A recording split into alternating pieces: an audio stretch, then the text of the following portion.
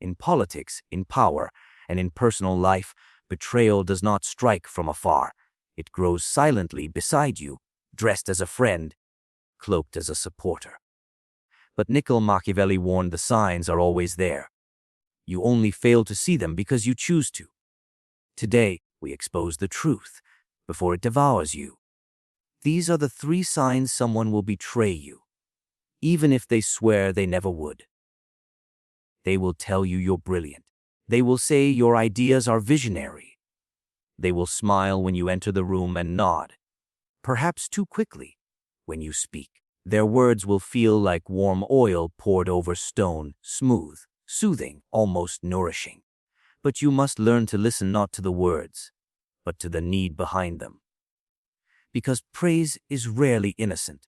Niccolò Machiavelli understood human nature with surgical precision, and he knew the one who flatters you without restraint is not your friend.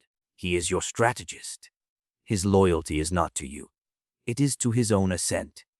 The flattery you receive today is the trap you'll fall into tomorrow. You see, a wise man distrusts excessive praise the way a ruler distrusts sudden peace from a long-time rival. It is too easy, too comforting, too sweet.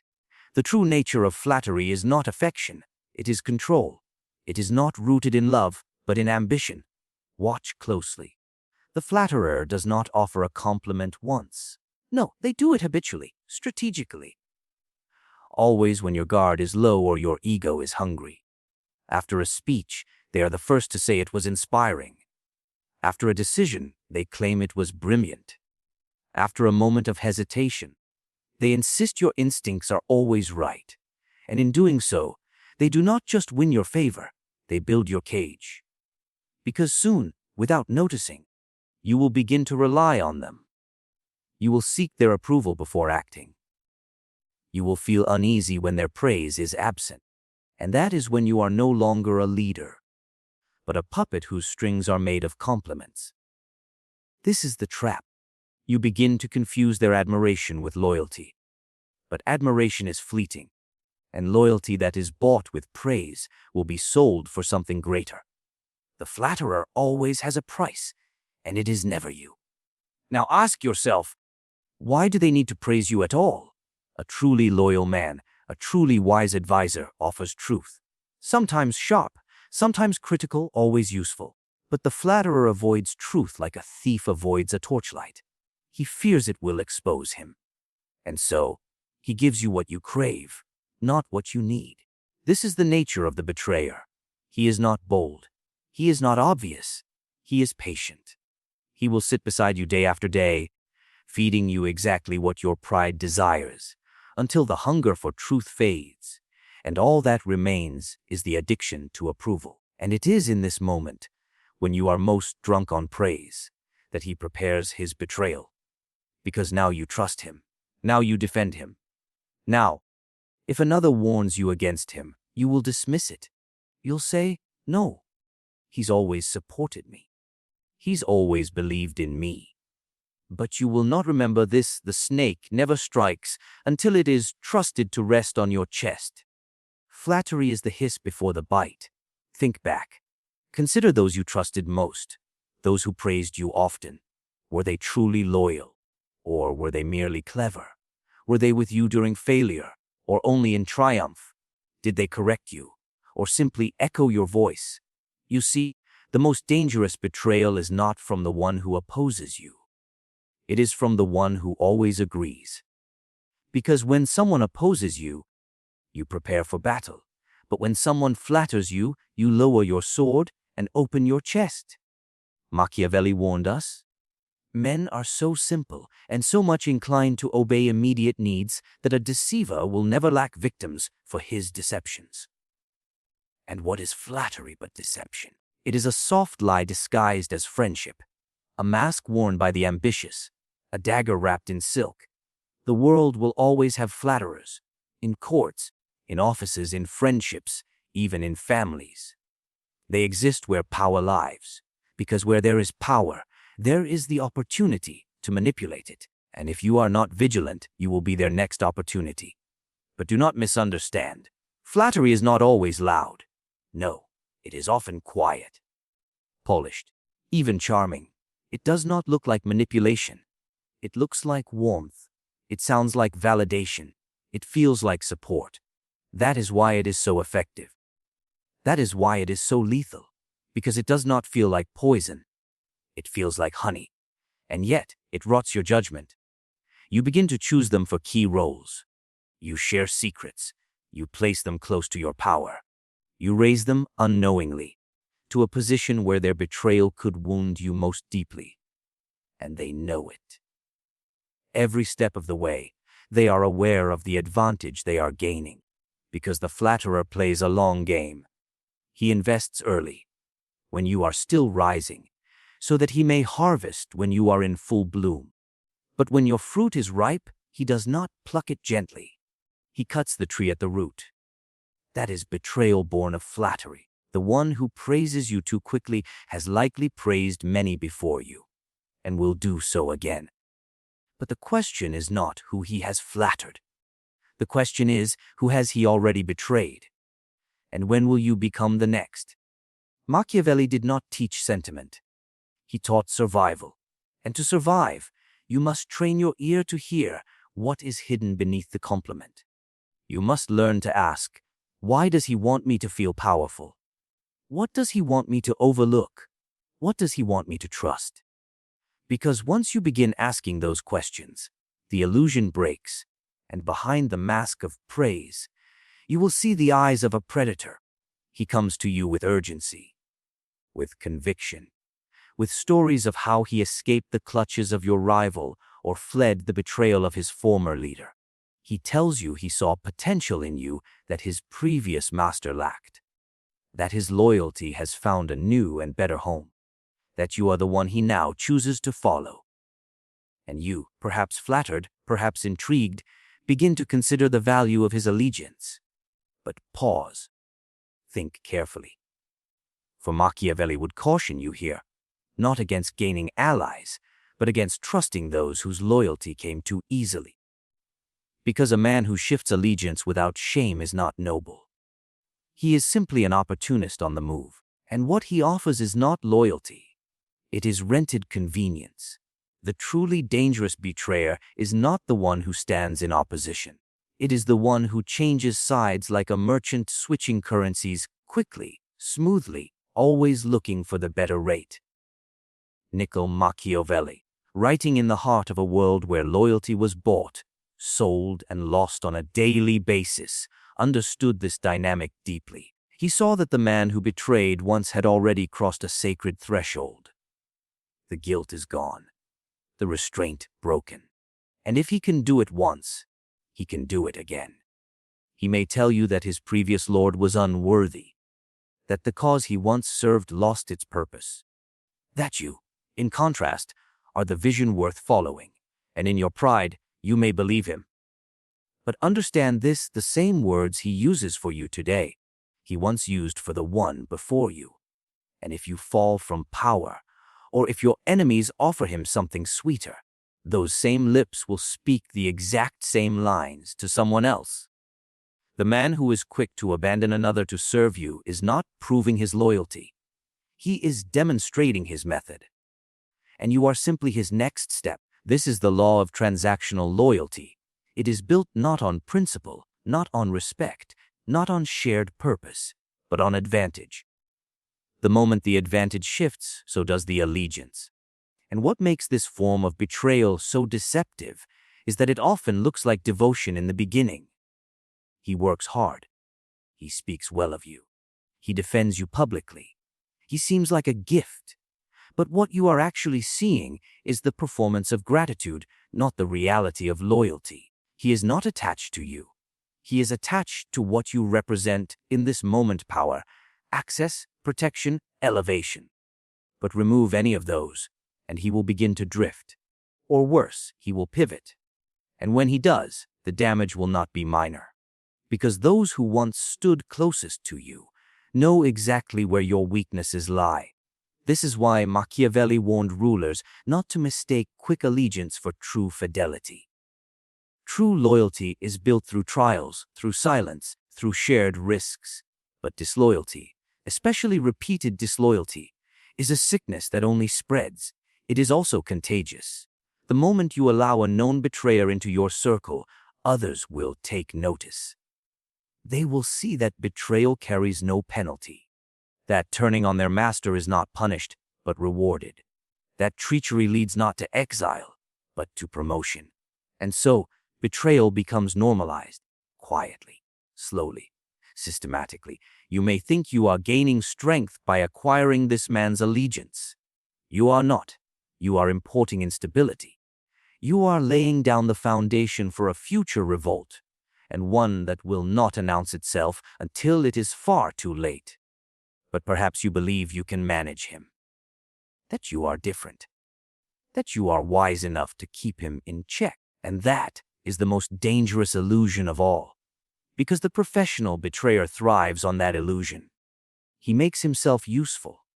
He overperforms. He whispers things others would not dare say. He earns your trust with speed and precision, and he knows, once that trust is formed, you will no longer look closely at his history. You will begin to see him not for what he is, but for what you want him to be. And that is when you become vulnerable, because you have built your wall using stones from a crumbling fortress. You have placed your safety in the hands of someone who has already proven that safety is negotiable.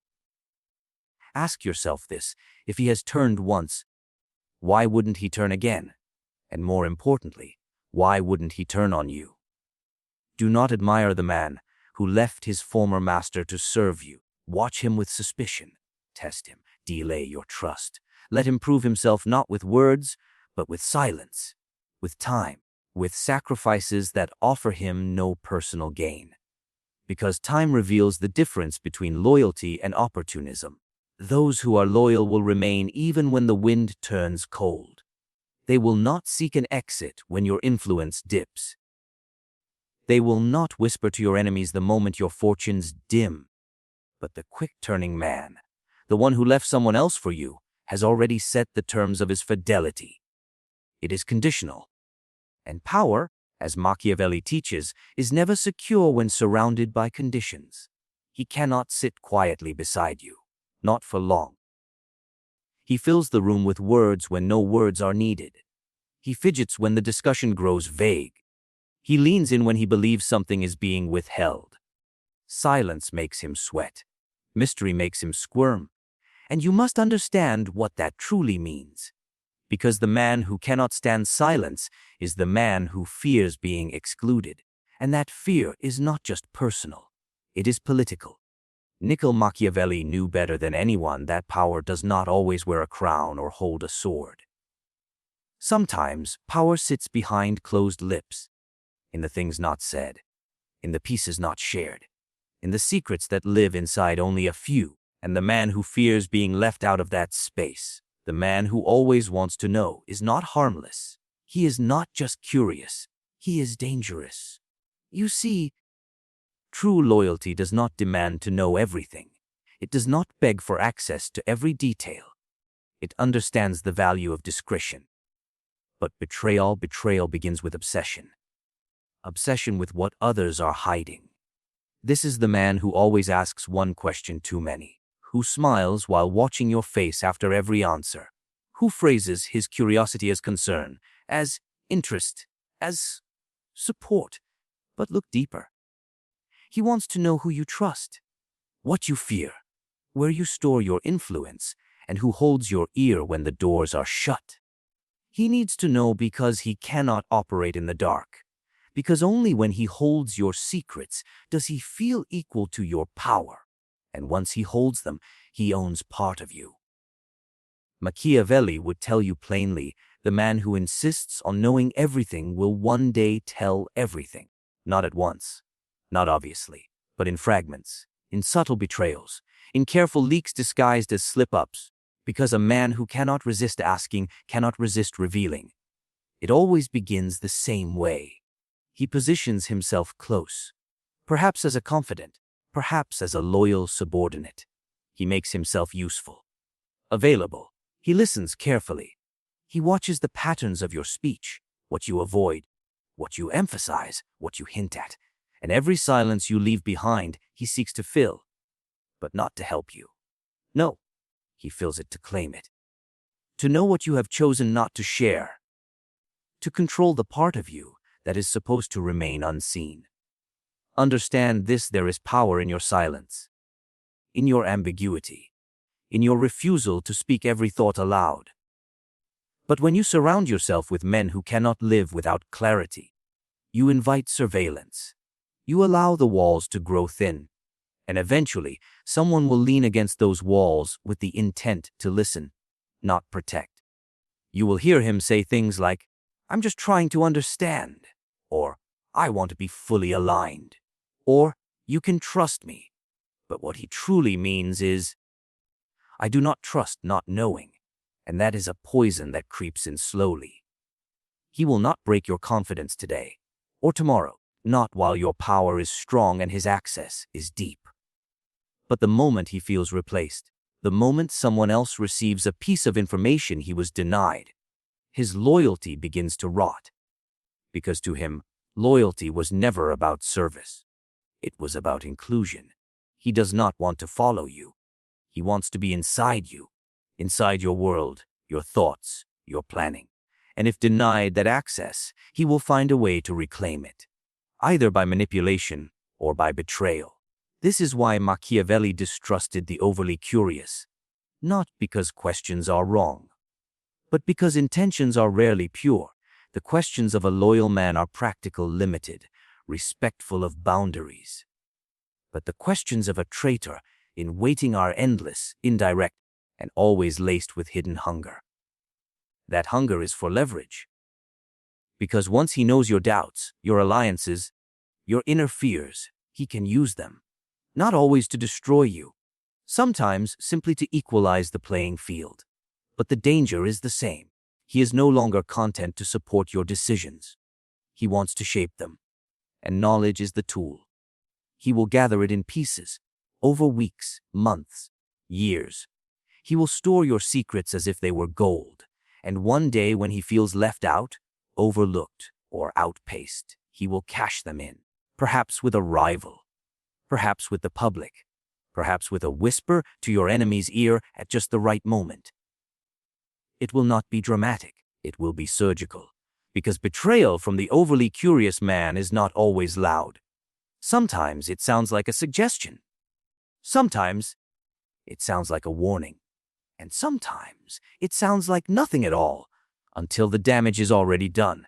Ask yourself this: why does he need to know so much? Why does he ask about matters that do not concern his role? Why does he insist on knowing who you meet with in private? Or why a decision was made that had nothing to do with him? Is it concern? Or is it positioning? Because once a man positions himself as the gatekeeper of your silence, he has already begun to own the part of you meant to remain sovereign. Machiavelli knew that secrecy is a fortress, and not all who knock at its door come as allies.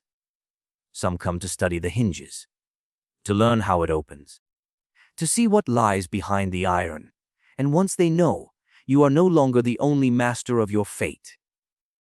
That knowledge becomes a currency, and sooner or later it will be spent. He complements the way you speak. Then, slowly, he begins to speak like you.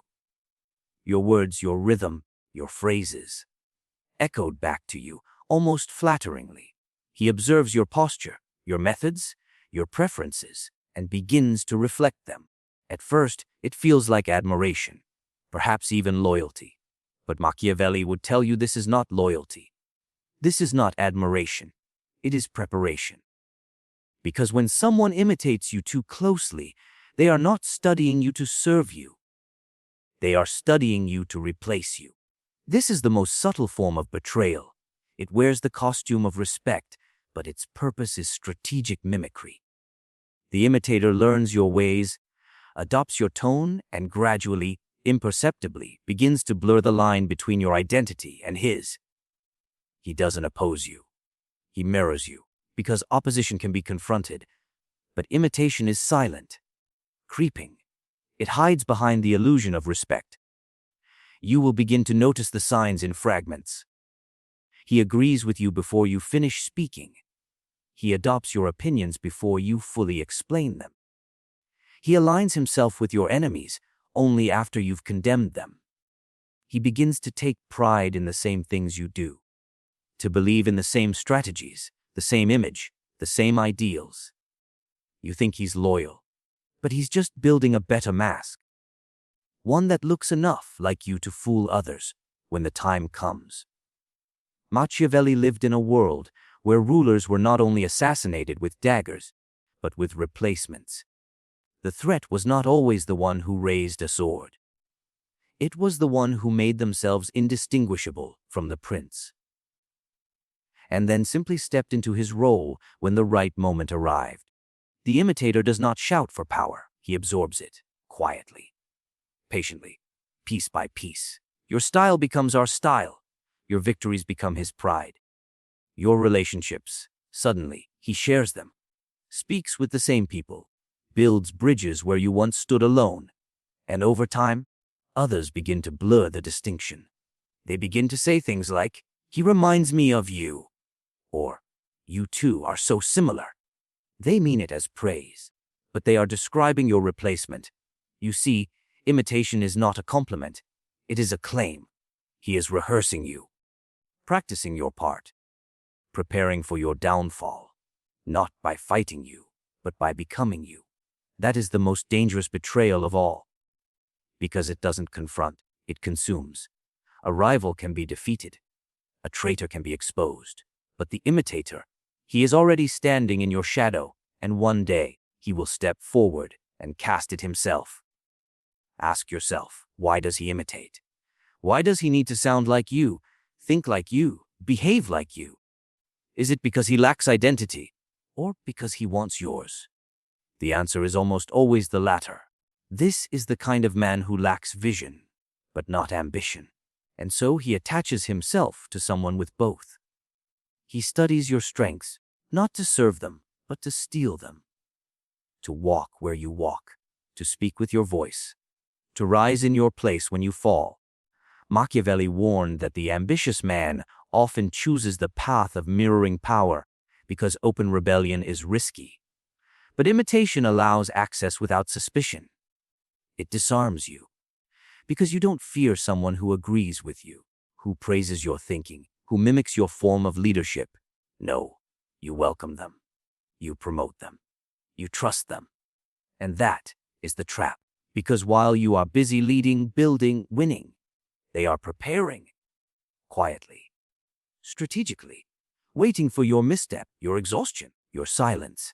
And when that moment comes, they will not strike you down with force. They will simply step forward while others are still looking at your silhouette. You will not be overthrown. You will be replaced. That is the ultimate betrayal, because the one who imitates you is not only stealing your image, he is training others to accept his version of you. And by the time you see the difference, it's already too late.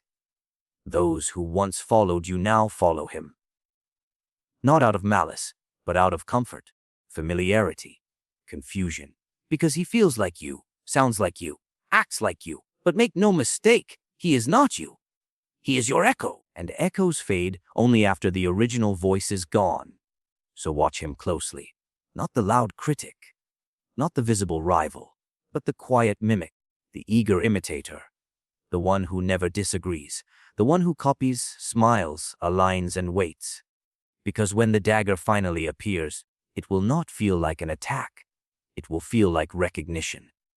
Betrayal is not born in shouts, but in silence. It does not enter with a sword drawn. It arrives with a smile, and those who betray you rarely look like enemies. They look like allies, friends, devoted followers. They flatter you because it softens your defenses.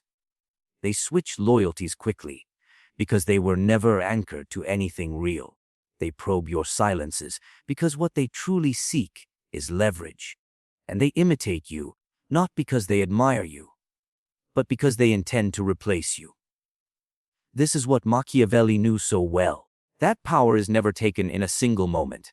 It is prepared for. The betrayer does not strike suddenly. He studies.